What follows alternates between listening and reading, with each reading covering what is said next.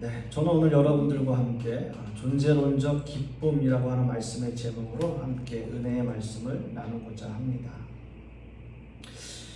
이런 예를 한번 들어드릴게요. 만약에 여러분들이 한 회사를 경영하는 CEO라면, 사장이라면 여러분들께서는 어떤 기준을 가지고 사람을 채용하시겠습니까? 여러분들은 어떤 기준을 가지고 채용하실 것 같으세요? 좋은 능력을 가진 사람, 이력서를 보면 여러 가지 이렇게 학벌도 있고 출신도 있고 여러 가지가 이렇게 있을 텐데, 요즘 시대로 이야기하면 요즘에는 그래도 그 블라인드 테스트라고 그래가지고 이런 학력이나 경력이나 이런 것들을 안 보고 아예 그냥 그 사람이 가진 능력만 알려고 하는 그런 것들도 많이 있지만, 이게 기본적으로 본다면 이력서를 보고 이 사람이 어떤 자격이 있는지, 어떤 학력을 가지고 있는지, 또는 어떤 외국어에 능통한지, 이런 것들이 아마 기준이 돼서 사람을 채용하게 할 거예요. 그런데도 어찌됐든 사람을 썼는데 그렇게 기록은 되어 있지만 정말 그만한 능력을 가지고 있지 않다면 어떻게 하겠어요? 그래서 3개월 동안 수습이라는 게 있잖아요. 그렇죠? 그래서 나도 원하지 않을 수 있고, 회사도 이 사람을 원하지 않을 수 있고, 그 채용된 사람도 나도 이 회사 못 다니겠다. 그러면 그 3개월의 수습 기간을 이용해서 계속 일할 수도 있고 아닐 수도 있고 이런 거잖아요. 어찌됐든 만약 여러분들이 CEO라면 그런 능력을 갖추고 있는 사람을 채용하는 것, 그러면 그런 것이 아마 기본적인 상황이 될 겁니다. 오늘 말씀을 왜 이런 서두로 시작했냐 하면, 예수님께서는 제자들을 부르시는 방법이 좀 되게 독특하셨어요. 그러니까 이런 어떤 제자들을 삼기 위해서 일반적인 생각이라면 어떤 능력을 가지고 있는지, 어떤 재주를 가지고 있는지, 아니면 그 지역에서 이 제자가 좀 영향력이 있는지, 이런 것들을 고려하고 생각해서 제자를 뽑아야 될 것 같은데, 예수님께서는 전혀 그렇게 하시지 않았다는 거예요. 어떤 의미에서 보면 평범한 사람들이라기보다는 약간 좀 부족한 사람들, 그런 사람들을 제자로 부르셨고요. 또 그런 제자들에게 나를 따르라 라는 명령을 하고 계시다라고 하는 거죠. 그리고 예수님은 어떤 특별한 것을, 어떤 특별한 기술이나 어떤 재능이나 이런 것들을 가르쳐 주시기보다는 그냥 예수님을 따라다니게 한 거예요. 예수님을 따라다니는 거예요. 그 제자들이 했던 일은 그냥 예수님을 따라다녔고, 예수님께서 어떤 행동을 하시는지, 어떤 모습을 보이시는지 그걸 보고 답습했던 거죠.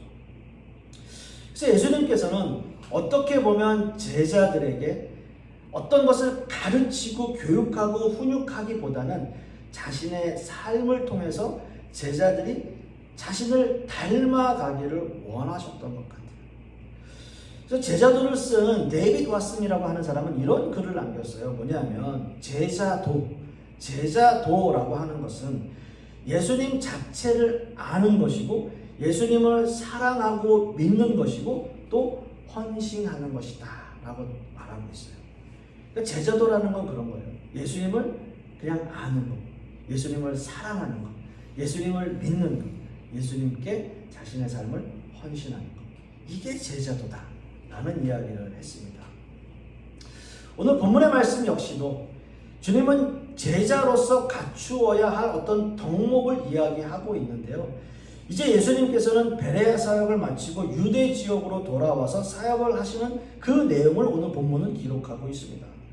먼저 누가복음 17장 1절에서 4절 사이의 내용을 보시면 이래요. 먼저는 형제를 실족하게 하지 말라는 거예요. 여기서 실족하게 한다라고 하는 이 의미에는 의도적이고 고의적으로 어떤 올무를 씌우는 형태를 이야기하는 거예요. 그러니까 형제를 의도적이나 고의적으로 올무를 씌운다. 이건 뭐냐면 남을 영적으로 육적으로 죄에 빠지게 하는 경우를 말하는 거예요. 그게 실족이에요. 남을 실족하게 하는 것, 영적으로 육적으로 그 사람이 죄에 빠지게 만들어버리는 거예요. 요즘 말로 하면 어떤 걸까요? 요즘 말로 하면 조금 뭐 약간 다를 수 있습니다만은 요새 하도 유행하는 그 가스라이팅. 그러니까 계속해서 그 사람을 험담하고 해서 이 사람이 죄에 빠지게 만드는, 아니면 자기가 자기 스스로 목숨을 잃게 만드는, 이 굉장히 아주 나쁜 거죠. 나쁜 거죠. 그게 실족의 의미예요.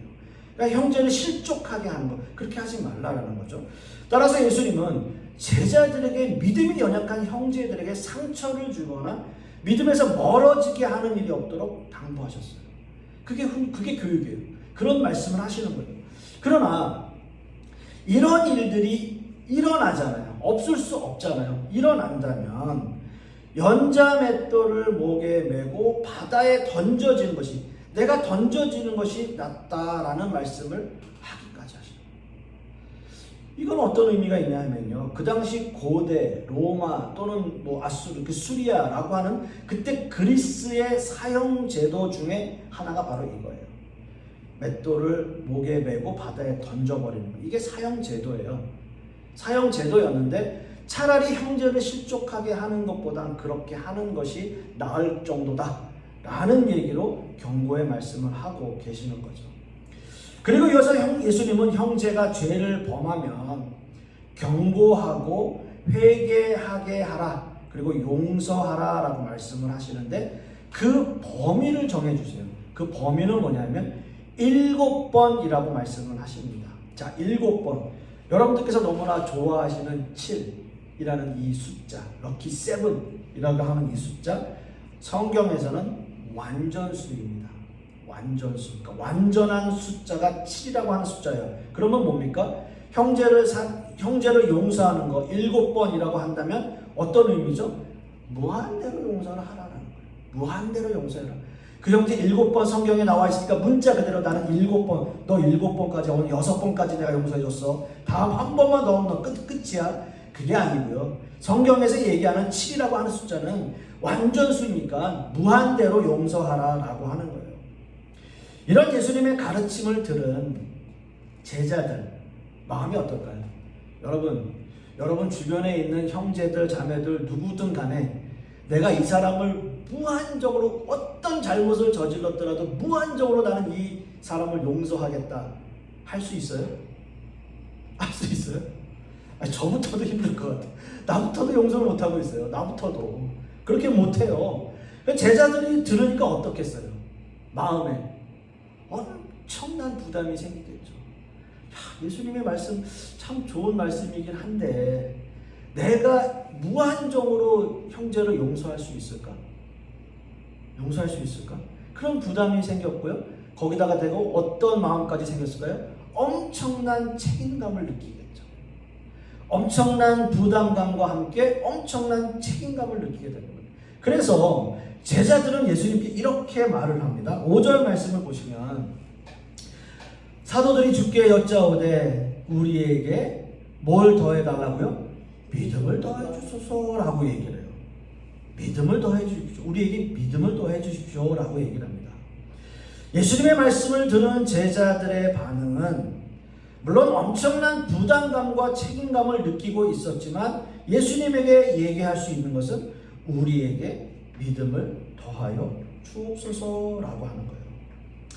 뭐 어떻게 보면 당연하죠. 작은 소자라도 실족해 한다면 차라리 죽는 게 낫다라고 말씀을 하셨고, 또 형제를 무한대로 사랑하고 용서해라 라고 말씀하시는 그 내용이 결코 쉬운 내용이 아니라는 거예요. 그래서 제자들은 엄청난 중압감과 책임감을 가지고 예수님에게 우리에게 믿음을 더하여 주옵소서라고 말씀드린 거죠. 그런데 예수님은 이런 제자들의 요구에 이렇게 대답하십니다. 겨자씨 하나할 만한 믿음이 있었다면 이라고 말씀하세요. 그리고 그 믿음으로 어떤 능력을 행할 수 있는지 말씀하시는데요. 뭐라고 말씀하시냐면 이 뽕나무더러 뿌리가 뽑혀서 바다에 심겨져라 라고 말하면 된다라고 하는 거예요. 제자들은 우리에게 믿음을 더해 주십시오. 우리에게 믿음을 좀 더해 주십시오 라고 말을 했지만 예수님은 믿음의 양이 중요한 게 아니라 진실한 믿음, 너희가 의심 없이 하나님을 믿고 그 의심에 대해서 전혀 의심하지 않는 진실한 믿음을 갖는다면 그 어떤 것이라도 해낼 수 있다라고 하는 거예요. 어떻게 보면 지금 예수님께서 제자들에게 요구하는 그 믿음의 본질은 여러분 무엇이겠습니까? 예수님의 십자가 순환이 얼마 남지 않은 상황에서 예수님이 십자가에 달려 죽으시더라도 믿음이 흔들리지 않고 예수님의 제자들로서 굳건한 믿음을 지켜갈 것을 암시적으로 말씀하고 있는데, 제자들은 사실은 그렇게까지 깨닫지는 못하는 거죠. 그리고 이제 예수님은 제자들에게 아주 중요한 말씀을 하십니다. 바로 제자로서의 정체성을 이야기하시는 거예요. 7절에서 10절 말씀을 한번 제가 다시 한번 자세히 읽어드릴게요. 너희 중 누구에게 밭을 갈거나 양을 치거나 하는 종이 있어 밭에서 돌아오면 그더러 곧 와서 앉아서 먹으라 말할 자가 있느냐? 도리어 그더러 내 먹을 것을 준비하고 띠를 띠고 내가 먹고 마시는 동안에 수종 들고 너는 그 후에 먹고 마시라 하지 않겠느냐? 명한 대로 하였다고 종에게 감사하겠느냐라고 말하고 있어요. 여러분 이 말씀 이해하셨어요? 이 말씀 이해되셨어요? 종이 있는데 열심히 하루 나가서 밭일하고 농사일하고 다 하고 기진맥진해서 들어온 사람이 자기 종인데 와서 그럼 좀 쉬어 이렇게 하지 않고 내 먹을 거 준비해. 그럼 먹을 거 준비하고 그 먹는 동안에 너 내 옆에서 수종 들고 있어. 그러고 나서 먹어. 근데 나 너한테 감사할 거 하나도 없어. 너 당연한 일 한 거야.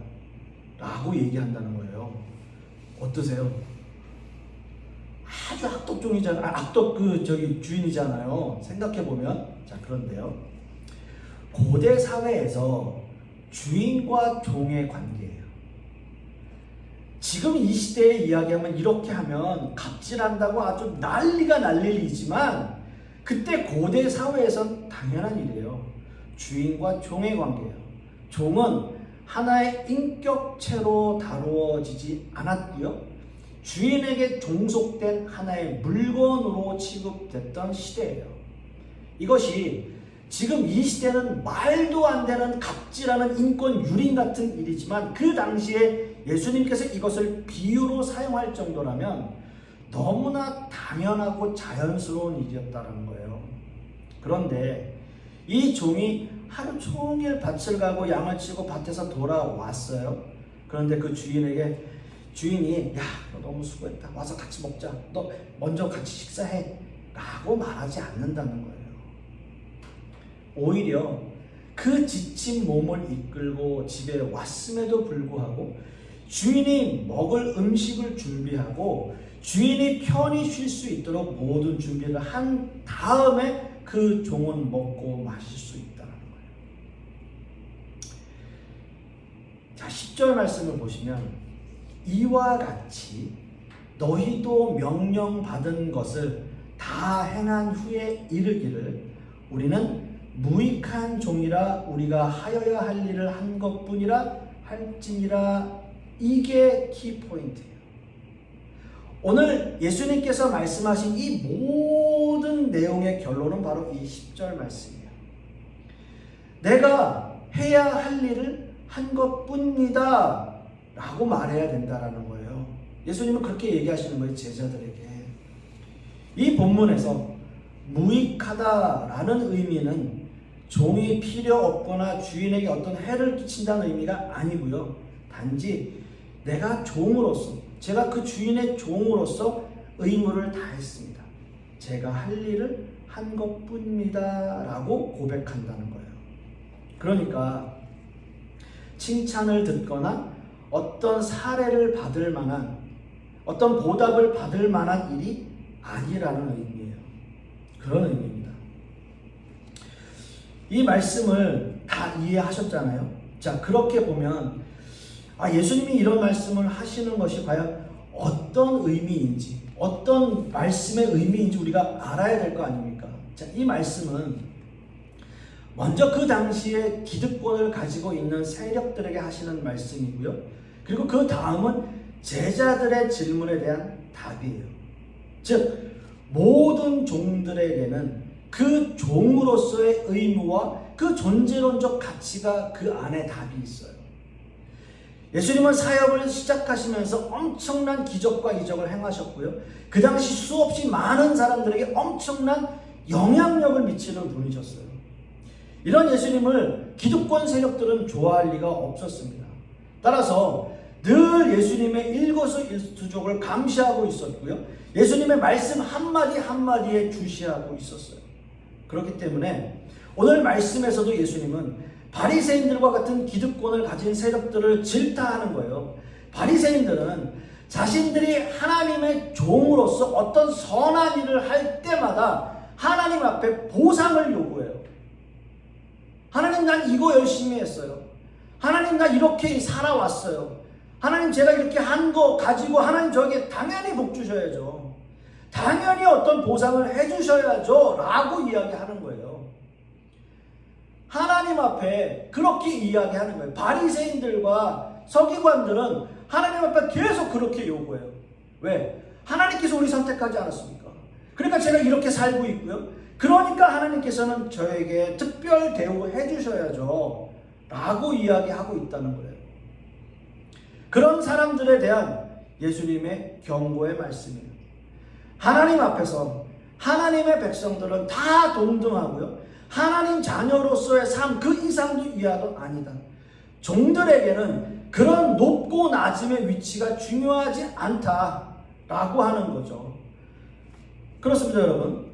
우리가 세상에 살면서도 하나님의 은혜 받은 것, 먼저 우리가 하나님 앞에 구원받았다고 해서 우리가 세상 사람들에게, 나보다 좀 늦게 믿은 사람들에게 내가 하나님 앞에 더 많은 은혜 받았으니까 내가 먼저 구원받은 거야, 내가 좀 더 잘나서 그런 거야, 이렇게 얘기하지 않는다는 거예요. 이렇게 얘기하지 말라는 거예요. 진정한 제자의 모습은 하나님의 은혜를 깨닫고 그 하나님의 은혜를 깨달은 제자의 삶을 살아가는 거예요. 예수님의 이 비유의 말씀은 내가 잘나서 예수님에게 특별 대우를 받고 뭔가 좀 특별한 사람으로 취급되는 것이 아니라 하나님 안에서 모든 사람들이 다 똑같은 종으로서의 역할과 의무를 다할 것을 말씀하고 있는 거예요. 자, 그래서 결론적으로 중요한 건 무엇이냐라는 거죠. 종으로서 중요한 한 가지 무엇이냐라는 거예요. 자, 종으로서 중요한 것은 자신의 존재를 깨닫는 거예요. 나는 어떤 존재인가? 종은 주인이 맡긴 사역을 통해서 자신의 존재를 깨달아요. 자신에게 맡겨진 사명. 자, 주인이 얘기했어요. 너 이 종은 너는 나가서 밭 가라. 그게 네가 할 일이야. 또 어떤 종에게 너는 부엌에 들어가서 일해. 그게 네가 할 일이야. 또 어떤 종에게는 너는 나가서 마당을 쓸어. 그게 너의 할 일이야. 그게 그 사람들의 직무이고 책임이고 의무예요. 그게 자기의 존재예요. 나는 밭을 가는 사람이고요. 나는 부엌에 일을 하는 사람이고요. 나는 앞마당을 쓰는 사람으로서 이 곳에 존재해요. 그게 아니라면 그 사람은 쫓겨나는 거예요. 주인이 시킨 일을 하는 거예요. 주인에게 맡겨진 일을 하는 거예요. 그게 자기의 존재예요. 종은 자기에게 맡겨진 일을 마땅히 해야 할 의무와 책임이 있어요. 그거를 잘 마무리했다고 해서 답례를 요구하지 않아요. 해야 할 일 한 거예요. 그 주인에게 종속돼서. 자신에게 맡겨진 일을 하는 종은 그 일에 대해서 어떤 일인가를 깨닫고요. 자기의 존재를 깨닫는 거예요.